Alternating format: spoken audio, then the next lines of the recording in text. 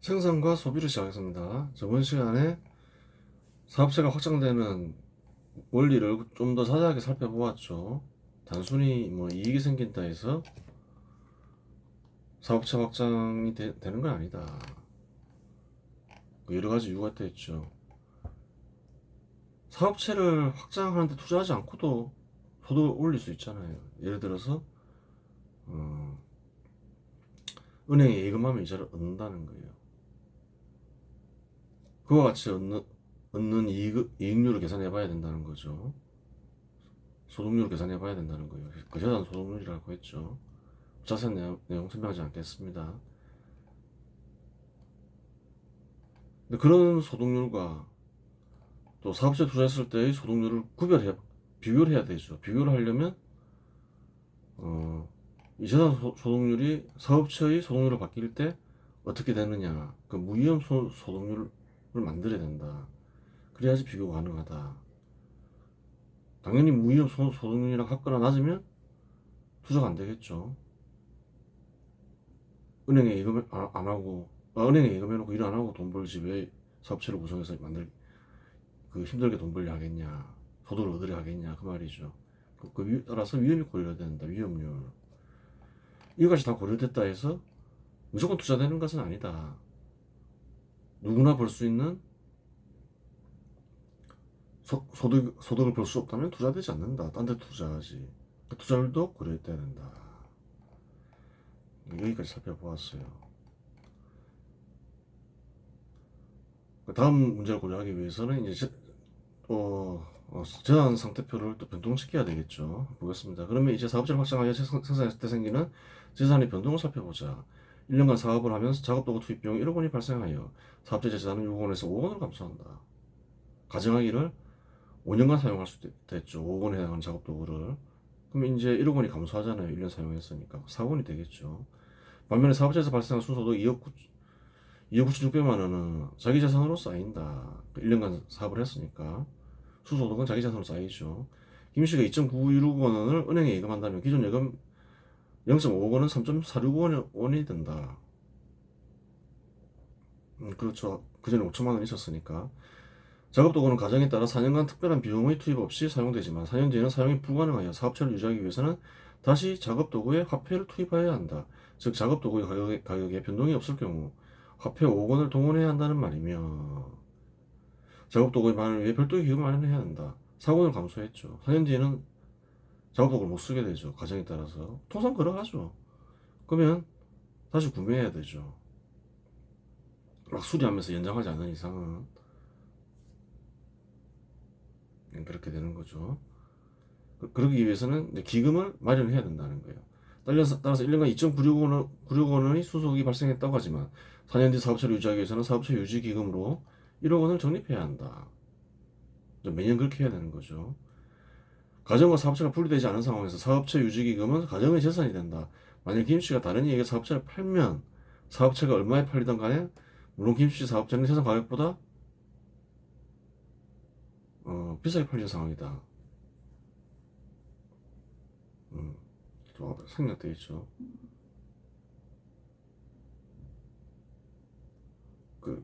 간에 비싸게 팔리는 상황이니 사업체 유지기금은 상황이니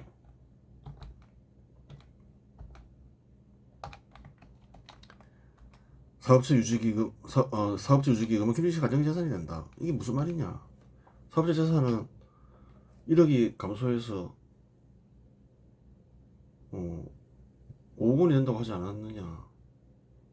6억 원에 팔려면 1억 원을 토해내야 되는 거 아니냐? 그런 게 아니라는 거예요. 사업체의 가격은 재산 목록으로 따질 수 있는 게 아니다 이 말이죠. 사업체에는 다양한 요인들이 그 첨가돼요. 그 재산 목록으로 사업체 가격이 결정되지가 않아요. 예를 들어서 기술 같은 거, 유통망 같은 거, 상표 같은 거, 그 가격을 어떻게 책정해요? 그런 식으로 책정이 안 된다는 거예요. 예를 들어서 6원을 투자하면 은행 예금 이자를 받으면 6천만 원이죠. 근데 김씨 사업체는 그래요. 사업체 사장의 쓰는 이제 비용까지 고려하면 3억이 넘잖아요. 은행 예금하고 비교해 보라는 거예요. 비싸게 팔리게 돼 있다는 거예요.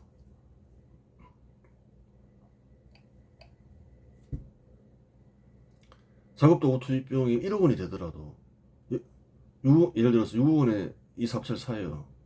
그 다음 그래도 3억 원 벌잖아요 매년. 그 이해관계를 따져봐야 된다는 거예요. 그 재산 목록으로 따질 수 없다는 거예요.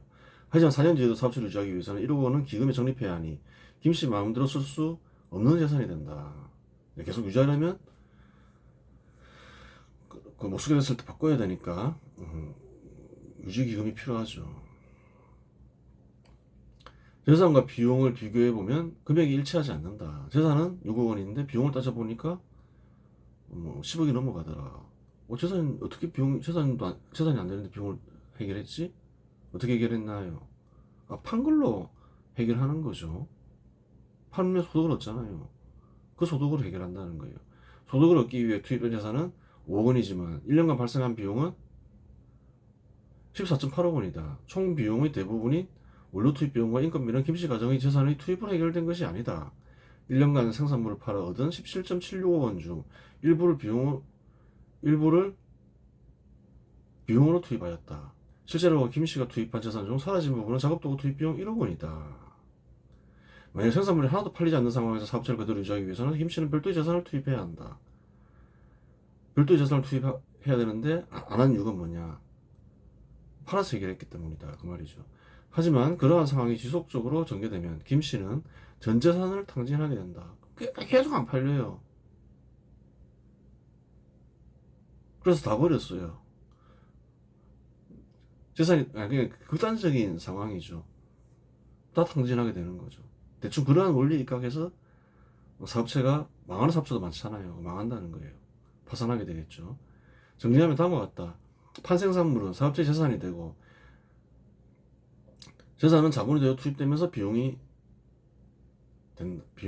된다. 그러면서 해결이 된다 이 말이죠. 그 결과 1년간 투입된 비용은 김씨 사업체에 투입한 재산보다 훨씬 커질 수 있다. 그렇죠.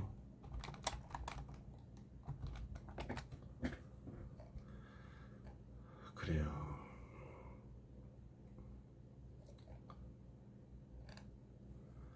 통합재산상태표, 이런 점들을 고려해서 만들어 보자는 거예요. 작업도구 투입 비용은 그전에 5억 원이죠. 4억 원으로 바뀌죠. 원료 1억 원, 합계 5억 원이 되죠. 은행 예금도 늘어서 3억 4,600만 원이 되면서 또 가정의 순소득 누적이 증가했죠. 지금 은행은 예금 형태로 있죠. 근데 순소득 누적에는 1억 원의 기금이 있다. 재산 목록은 13억 4,600만 원이 된다. 그래요. 이상이 없죠. 앞에서 언급했듯이 투자 가능한 조정된 일반적 기대 순소득률은 12.32%인데 김치 사업체에 조정된 순소득률은 27.77%이다. 훨씬 높죠. 어지간하면 다 투자하겠죠. 따라서 김씨는 더 큰 소득과 자산을 얻기 위해 사업체를 확장하려 할 것이다. 김씨는 은행에 이건 3억 원을 동원하고 나아가 작업도구를 담보로 제공하고 3억 원을 대출받는다고 가정하자. 예금 3억 원을 투입하는 건 아무 이상이 없고 어지간하면 다 투자하겠죠. 대출금 3억 원이 이제 또 분석 대상이 되는 거예요. 하려면 끝까지 해야 되는 거죠. 그래야 또 더 복잡한 문제로 넘어갈 수 있잖아요. 사업체 유지기금이 반드시 은행 예금 형태로 있어야 한다는 법은 없으니 사업체 유지기금 항목은 사라지지 않는다. 또 고려해야 될 부분이 있다는 거예요. 3억 원을 투입을 해요. 그러면 이게 이제 작업도구나 원료가 되겠죠. 그러면 유지기금을 미리 써버렸네. 유지기금 항목은 사라지는 건가? 이 재산 목록과 지분 목록을 좀 구별할 줄 알아야 돼요. 지분 목록은 특정한 형태가 없다는 거예요. 예를 들어 사업체 유지기금을 은행 예금 대신에 상가를 사놨다. 사라지냐는 거예요. 여전히 재산 목록에 들어가 있다는 거예요. 안 사라진다는 거예요. 꼭 은행 예금 형태로 있어야 한다는 법 같은 게 없잖아요.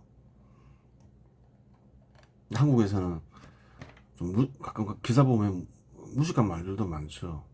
아, 이 기업들이 화폐를 쌓아놨는데 투자를 안 한다. 대충 딱 보니까 이 수소동 누적을 보고 얘기하는구나. 그러면 수소동 누적이 화폐 형태로 있다는 걸 보장이 있냐는 거예요. 그런 경우 잘 없겠죠. 일부는 화폐 형태로 있겠지만 무식한 소리인 거죠.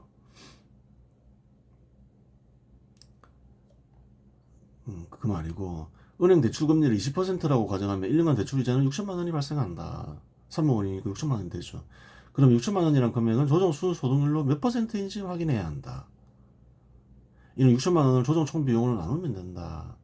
사업체 재산 6억 원이 투입되었을 때 조정 총 비용은 13.9억 원이었다. 그럼 절반으로 하면 되잖아요. 따라서 3억 원이 투입되었을 때 조정 총 비용은 6.95억 원이 된다.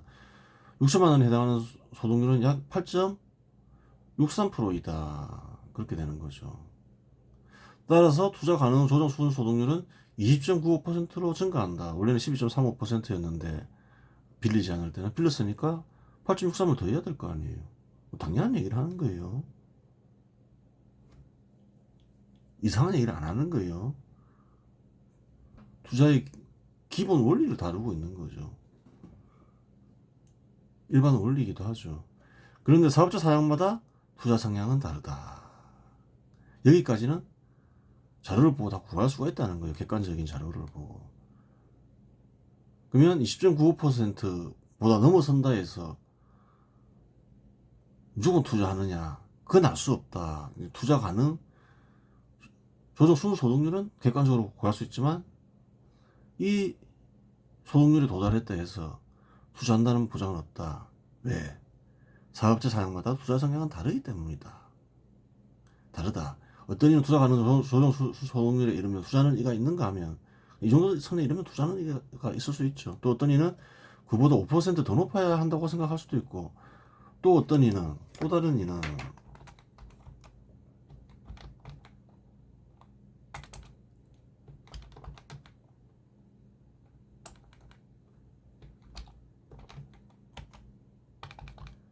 그보다 10%더 높아야 한다고 생각할 수도 있다. 이처럼 개인적 성향으로 인해 생기는 비율을 투자 성향률이라고 규정한다. 또 새로운 게 나왔죠. 실체하니까 써놓는 거예요. 없는 걸 써놓는 게 아니죠. 실제하나요? 실제하지 않나요? 사람마다 다 같나요? 다르나요? 다르잖아요. 실제하잖아요. 그거 써줘야 되는 거예요. 예를 들어 김씨 투자 성향률이 1%이거나 5%이면 조정된 순소득률과 투자 가능 조정 순소득률 차이는 6.82%이니 투자 결정을 하게 된다. 그렇죠. 반면에 김씨 투자 성향률이 10%이면 차이가 10%에 미치지 못하니 투자는 보류된다. 차이는 6.82%니까 투자가 안 되죠. 김씨 투자 성향률은 10%인데. 그래서 누군가 대출받아 사업체에 투자하는 일이 바람직한가 하고 물으면 어떻게 대답해야 되나요? 투자 성향률을 물어보아야 한다. 그래야지 욕 안 먹겠죠. 와, 뭐야, 돈도 안 되는데 투, 투자라고 했어? 이런 소리 들을 거 아니에요. 다른 소득률은 자료를 통해 객관적으로 구할 수 있지만 투자 성향률은 알 수 없는 개인적인 문제이기 때문이다. 그렇게 되겠죠. 김씨의 투자 성향률이 5%라고 가정하자. 그러면 김씨는 은행에 연 3억 원을 투자할 뿐만 아니라 은행으로부터 3억 원을 대출받아 투자를 하게 된다. 그랬을 때의 재산 상태표를 만들면 다음과 같다. 좀 보자는 거예요. 이제 그 전에 없던 게 생겼죠. 뭐가 생겼나요? 차입금이 생겼다. 은행 대출금이죠. 대출금이 증가하면 재산은 증가하나요? 감소하나요? 증가하겠죠. 대출금으로 사니까 여기서는 작업수단을 구매했죠. 그 재산 목록은 재산의 양은 증가하는 거죠. 차입금 3억 원이 더해지면서 지분구조가 바뀌죠. 자기 재산도 있고 남재산도 있고 3억 원이 추가됐다. 은행 예금은 3억 원이 감소했죠. 이 3억 원과 이쪽에서 감소한 3억 원이 더해졌다. 그렇게 되는 거예요. 그러면서 이렇게 변동되더라. 이렇게 변동이 됐으니까 또 직원수는 어떻게 되나요? 또 3명이 증가했더라. 그러면 총 6명이 됐죠.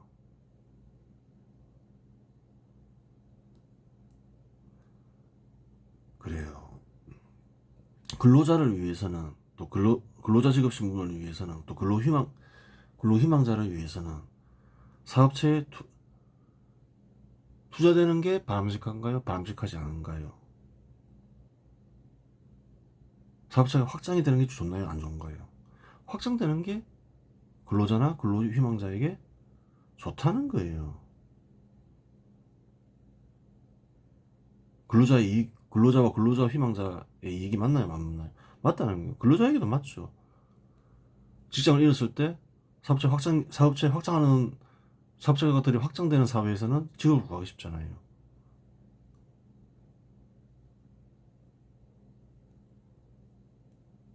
사업체 확장은 어디에서 시작하나요? 기본적으로 소득과 재산을 늘리고자 하는 사업체 사장의 욕망에서 시작하는 거죠.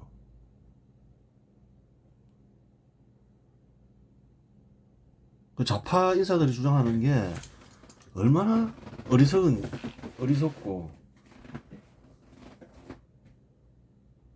그 바보 같은 일인지를 알아야 되는 거예요.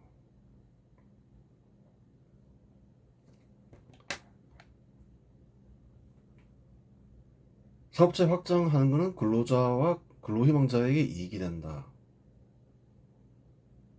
그렇기 위해서는 재산과 소득을 장려해야 된다. 사업체 사장이 소득과 재산을 얻기 위해서 투자를 해야 된다. 그게 근로자와 근로희망자에게 이익인가요? 손해인가요? 이익이라는 거예요. 근데 자팔자들은 주로 어떻게 얘기하나요?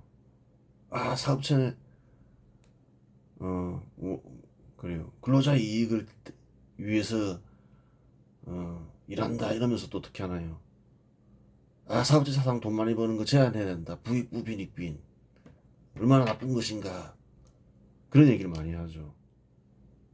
말이 되나요? 안 되나요?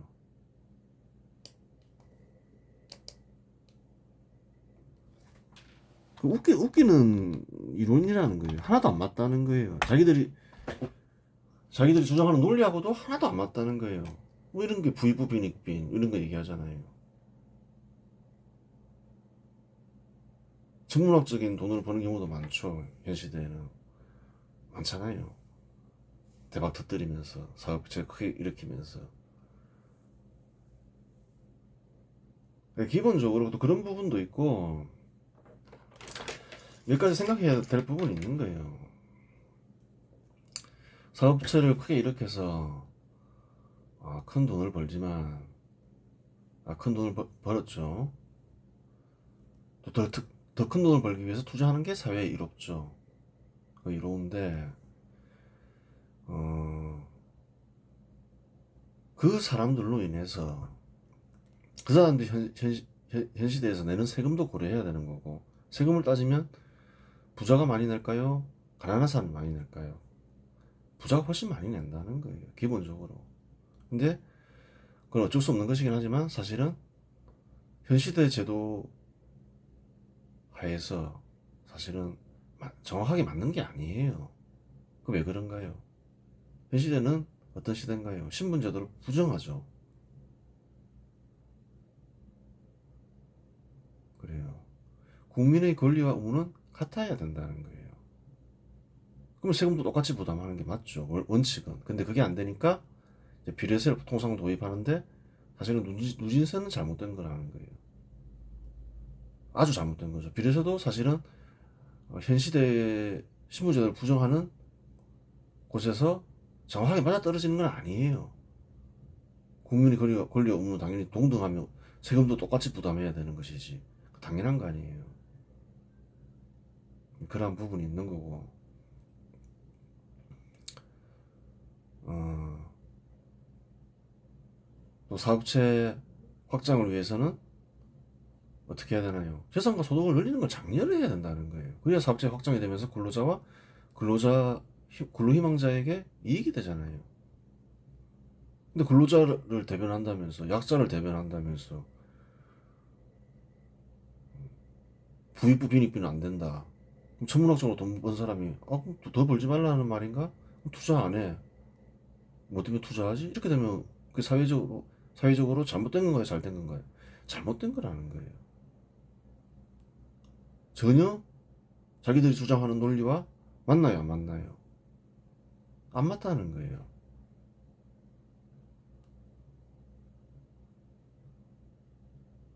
그 사람들이 그걸 모르는 거예요.